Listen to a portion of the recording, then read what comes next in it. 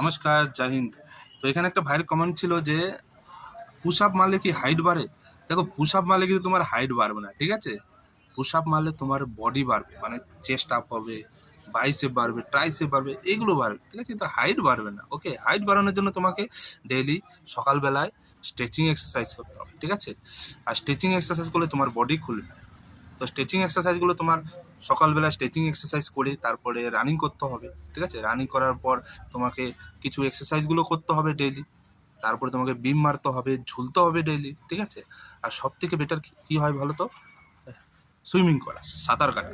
আশেপাশে যদি পুকুর থাকে কিংবা কোনো যদি নদী থাকে তাহলে সেখানে গিয়ে সুইমিং করো। কমসে কম ১ ঘন্টা সাঁতার কাটো, ঠিক আছে? দেখবে তোমার বডিতে অনেকটা স্ট্রেচিং হয়ে যাবে, ঠিক আছে? বডিটা অনেক খুলে যাবে, সাঁতার কাটলে বডি অনেকটাই ফ্রি হয়ে যায়, ঠিক আছে? তো এইভাবে যদি তুমি ডেইলি প্র্যাকটিস করতে পারো দেখবে তোমার ধীরে ধীরে হাইটটা ইনক্রিজ হয়ে গেছে। ওকে, বোঝাতে পারলাম? ভিডিও ভালো লাগে ভিডিওটি লাইক করতে